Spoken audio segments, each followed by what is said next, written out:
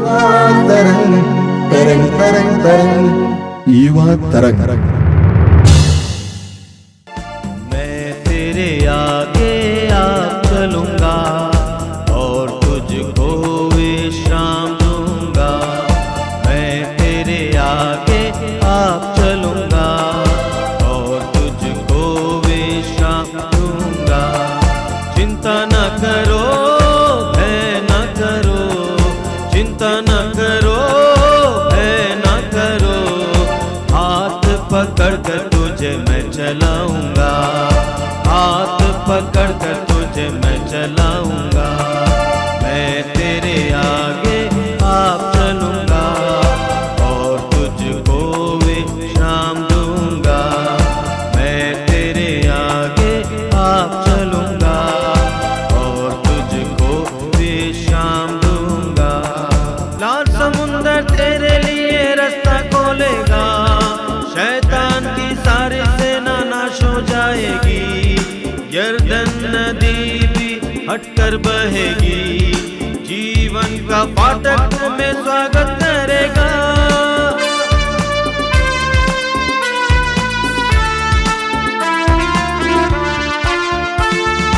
लाल समुंदर तेरे लिए रास्ता खोलेगा, शैतान की सारी सेना नाश हो जाएगी।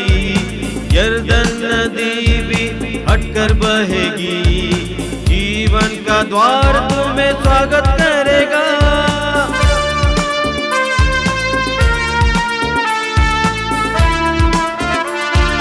मैं तेरे आगे आप चलूंगा और तुझको विश्राम दूंगा। मैं तेरे आगे आप चलूंगा और तुझको विश्राम दूंगा। तेरे के निकट कोई दुख न आएगा, मार्गों में दूत तेरी रक्षा करेगा। पाँवों में पत्थर से ठेस न लगेगी, स्वर्गदूत हाथों में उठा ले जाएगा।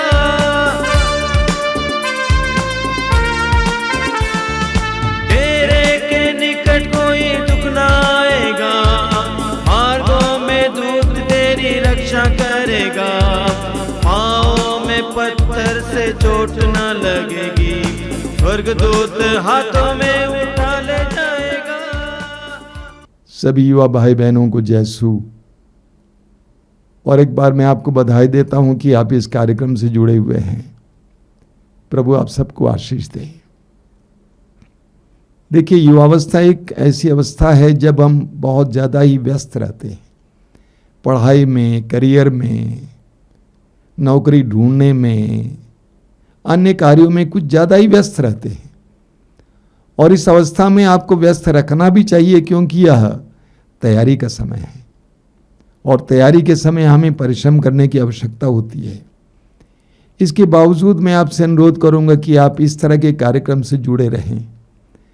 पवित्र वचन पढ़ना नहीं भूलना चाहिए, रोज वचन पढ़ने के लिए कुछ समय निकालना चाहिए। व्यक्तिगत प्रार्थना के लिए समय निकालना नहीं भूलना चाहिए। प्रतिदिन व्यक्तिगत प्रार्थना के लिए समय निकालिए जब आप ईश्वर से बात करेंगे। अपने जीवन की समस्याओं के बारे में, प्रभु के दानों के बारे में, प्रभु की आशीषों के लिए धन्यवाद देने के लिए समय निकालना चाहिए। हमारा जीवन प्रभु के साथ एक गहरा रिश्ता पूर्ण जीवन बने। जब आप प्रभु के साथ जुड़े रहेंगे, जैसा कि प्रभु ने कहा यूहन्ना अध्याय 15 वाक्य 5 में, हमारे जीवन में बहुत सारे फल देखने को मिलेंगे। मैं आप सभी से अनुरोध करूंगा कि आप एक ऐसा जीवन जिएं जहां पर आप प्रभु के साथ जुड़े हुए हों।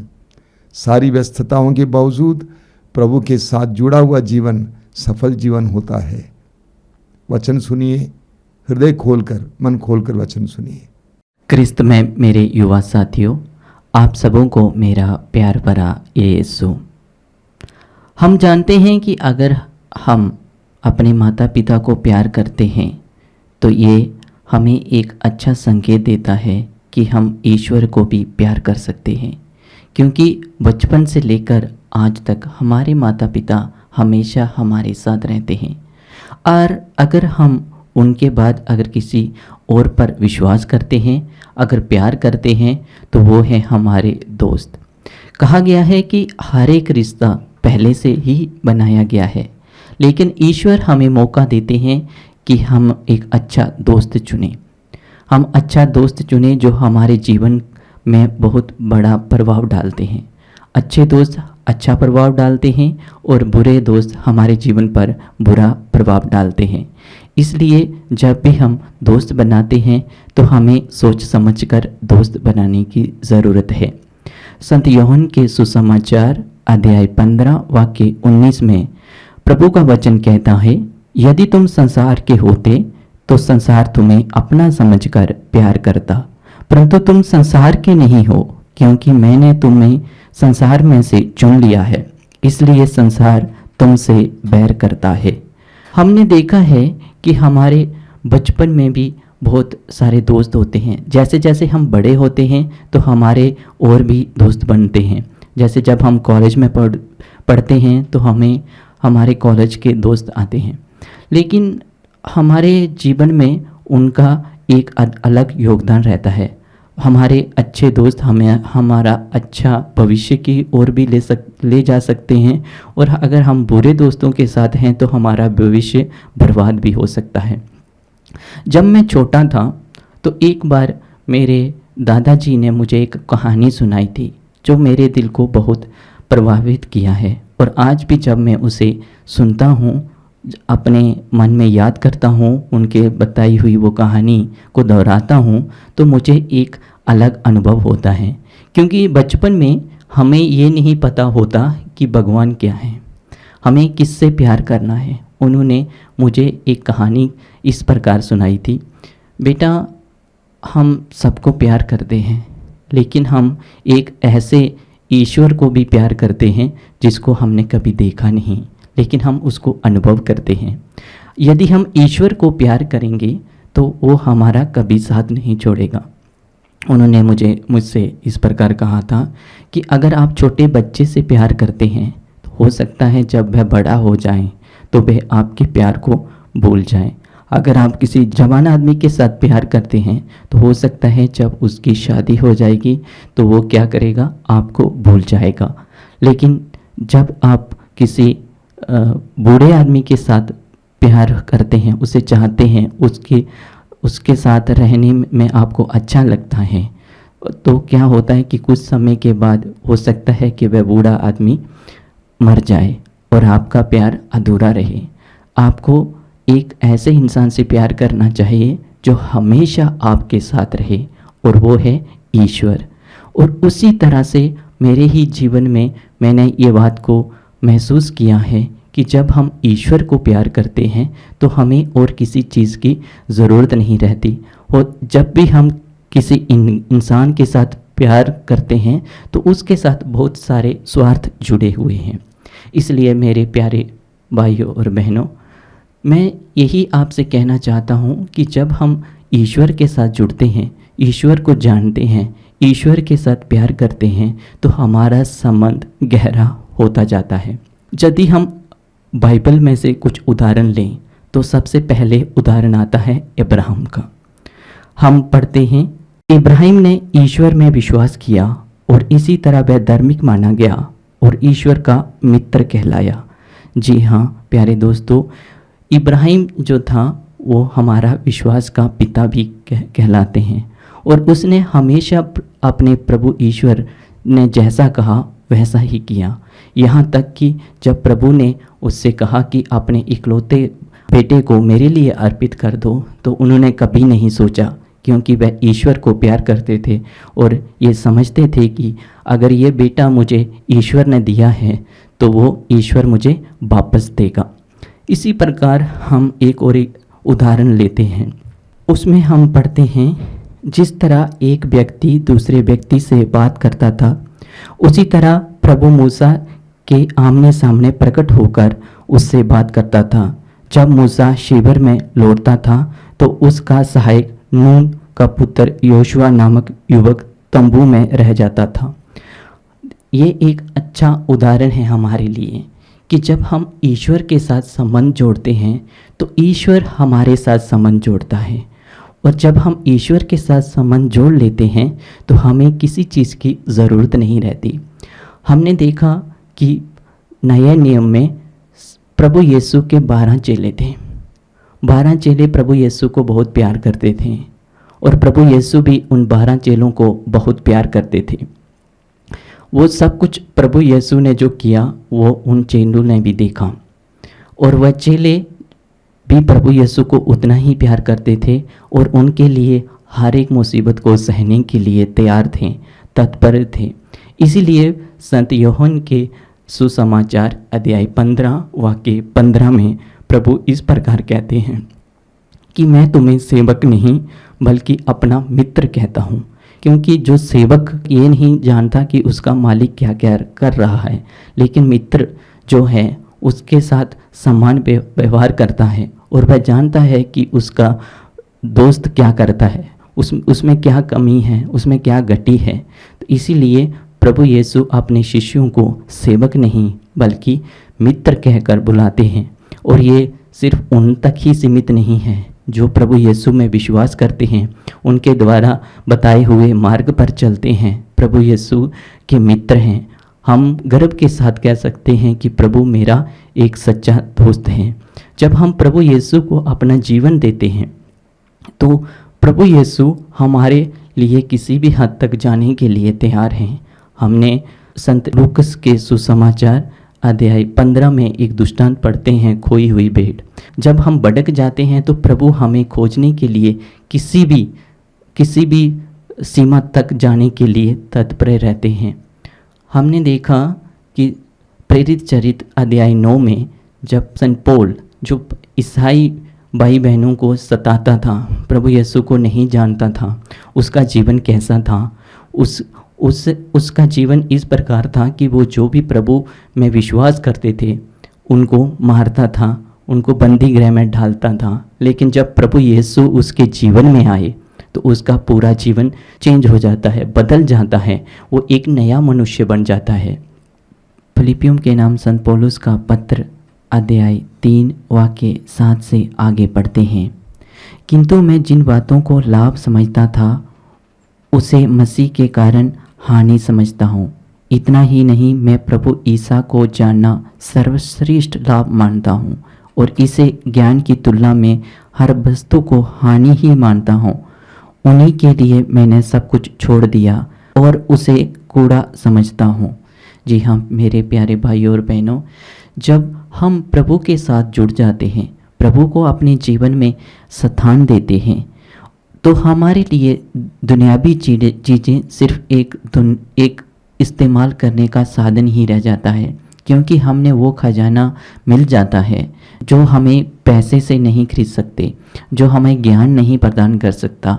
जो संत पौलुस एक अच्छा व्यक्ति बना तो वो प्रभु यीशु को जानने के बाद बना। उसे किसी वस्तु की कमी नहीं थी, उसके पास धन दौलत सब कुछ था, लेकिन उसके जीवन में सुख शांति नहीं थी। वो उसे तभी मिली जब वह प्रभु यीशु को जानने लगा, उनसे प्रेम करने लगा, अपने जीवन में कार्य करने का मौका दिया। उस समय उनका जीवन बदल गया। और आगे वचन में इस प्रकार कहते हैं, जिसमें मैं मसीह को प्राप्त करूं और उनके साथ पूर्ण रूप में से एक हो जाऊं।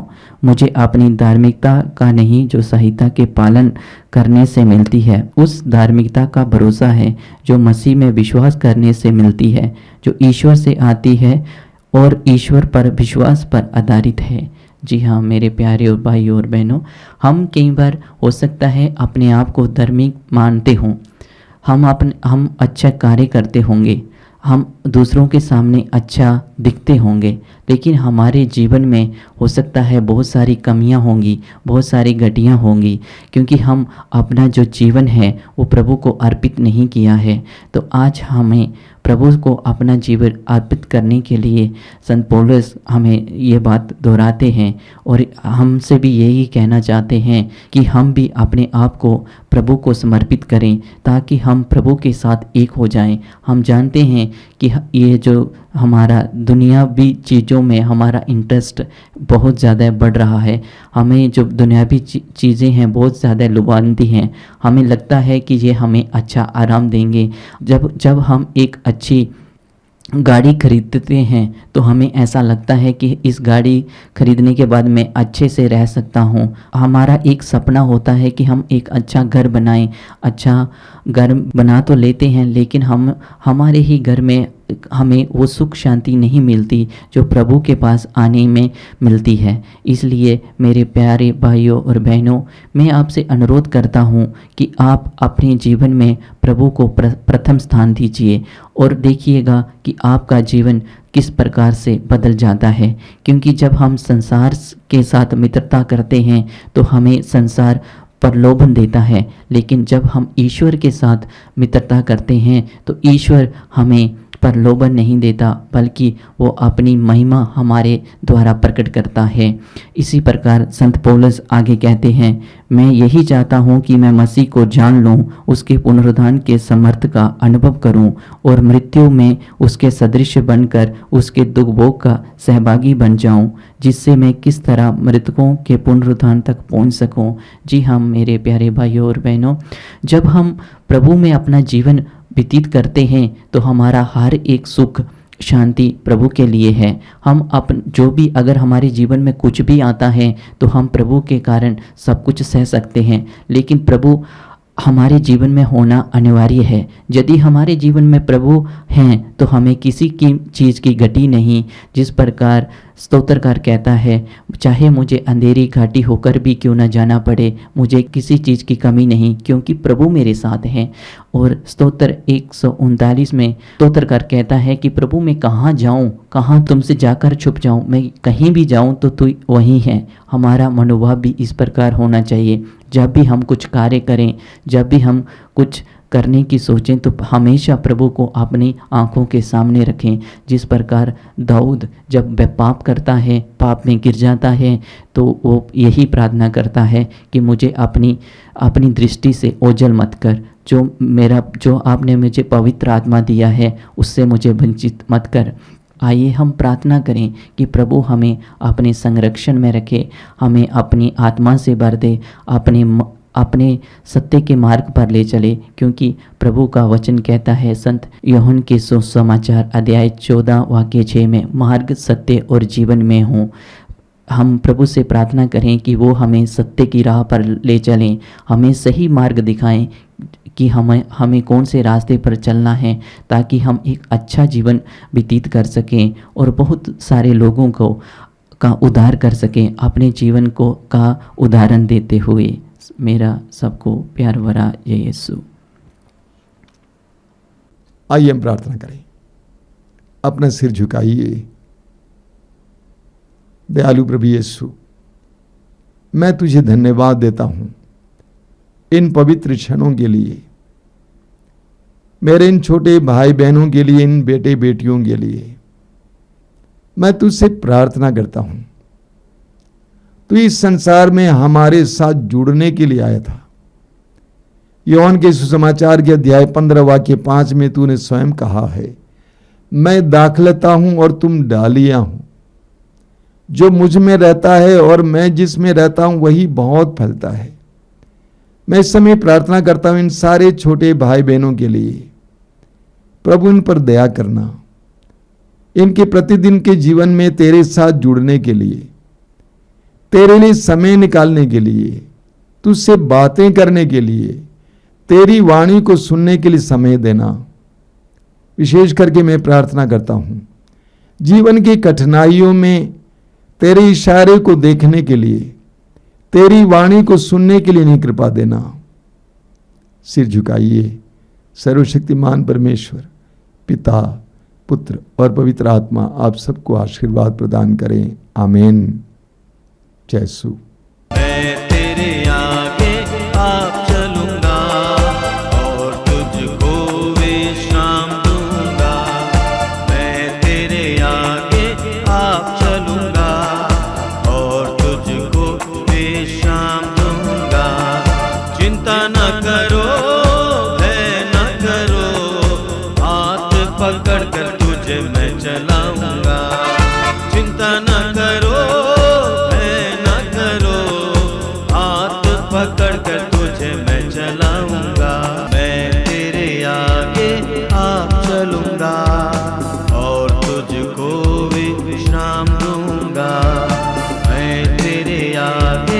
आप चलूंगा।